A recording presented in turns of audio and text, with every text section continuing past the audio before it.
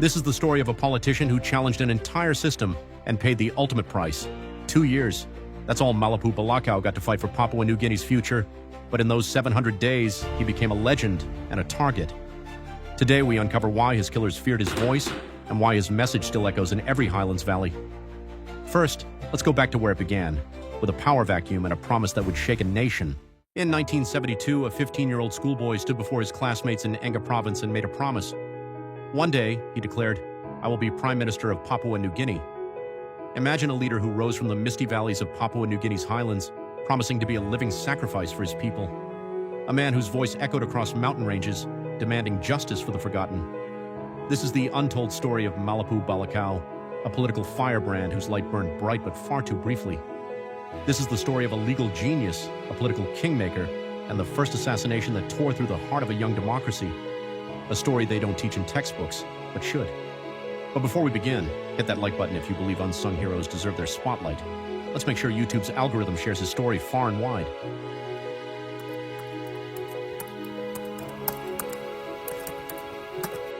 In courtrooms, he became legend.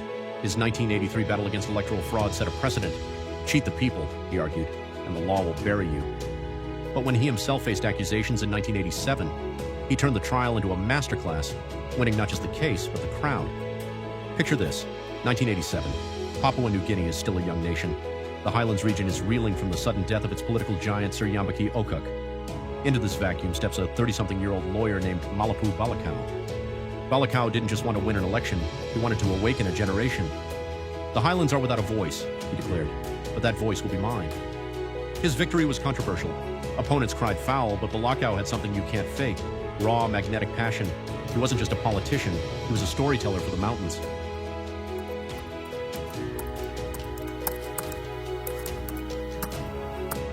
Balaku attacked inequality like a warrior. He saw Highlands kids walking hours to school while coastal cities thrived. Why should our children be beggars in their own land? He thundered in Parliament. This wasn't just politics, this was a moral revolution. He pushed for education reforms, job equity, and once even compared himself to a martyr willing to die for the cause. Tragically, that's exactly what happened.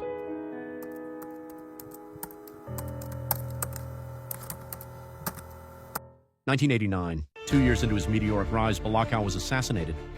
The details remain shrouded in mystery. Was it political rivals, tribal tensions? We may never know. His death wasn't just a crime, it was a national trauma. The Highlands had lost its newest champion, and PNG lost a leader who could have changed everything.